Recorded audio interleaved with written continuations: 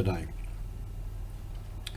I was over there last year, stayed at MSE House in Tarawa, and in that house, the water that was pumped up from the well was downright completely foul.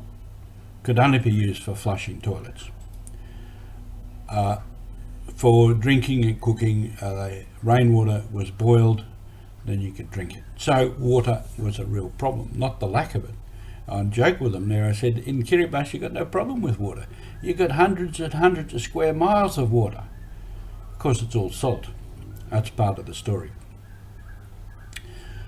So eventually I was talking to someone, and this young lady said she used to work in a government department that looked into things such as desalinators to turn salt water or foul water into fresh water.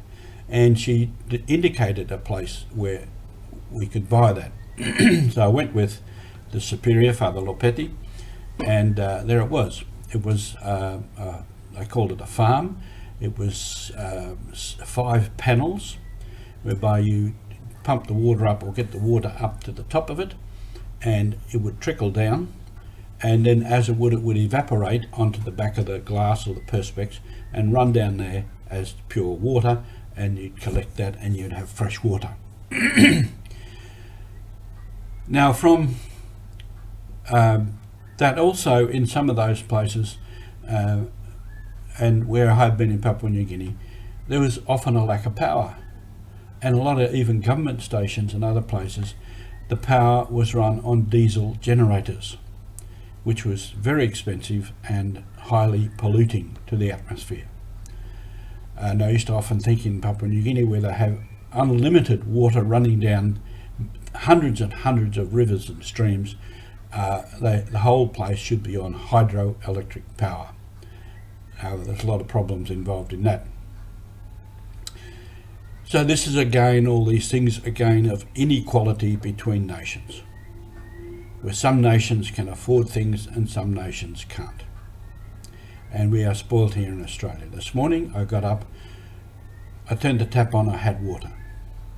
I washed, I boiled water for my coffee, flushed the toilet. So we have water, literally on tap. Many of those other countries don't, because they don't have the money. All the economies are geared against it. Now, part of it can be their problem, but that also is another story. Put the switch on, I had power. Boiled the water, etc. We have electricity. We can complain about many things, but if you're in a place where there is no power, no water, then we are really in trouble. One stage when I was in Mount Hagen, there was a blackout, no power for 1 full week, and we were never given any explanation why the power went out. So I had to invest in a generator, which cost me the best part of 40,000 kina. Again, Pope Francis refers to this as I quoted yesterday. I'll just read a bit more from that article. In today's world, very few rich people possess more than the rest of humanity, and we know that. Most of the wealth of the world is held in the hands of very few people. It is an injustice that cries out to heaven, says our Pope. God has given the earth to humanity to cultivate and tend. It is our duty, and this is part of mission. It is our duty. Everybody has a duty in all of this, to make sure that its fruits reaches everybody, not just a few people. And just on the news this morning, again, they're in different places around the world, demonstrations about climate. And it is an absolutely vital issue that we need to address. Turning money or property into ends, that they become the end of things, rather than instruments that can serve the mission, undermine essential human values. What are our values? What do we believe in? What are we willing to work for, to fight for? And so many people, so much inequality and injustice in the world. And you see kids in rivers and places getting water where the water is brown, it's mucky, it's probably polluted with chemicals. Surely these things are not allowable.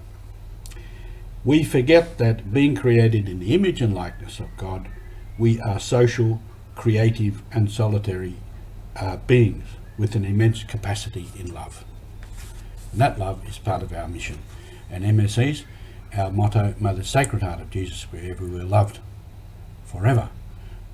So working towards and imparting the love of God for everybody means addressing injustice, inequality, means addressing those issues that need to be addressed so that we can all live as decent human beings. We're not asking for great wealth for everybody, but to live a decent human life is what we have to work towards for everyone. There is the mission, there is the challenge. We are all called to go at it.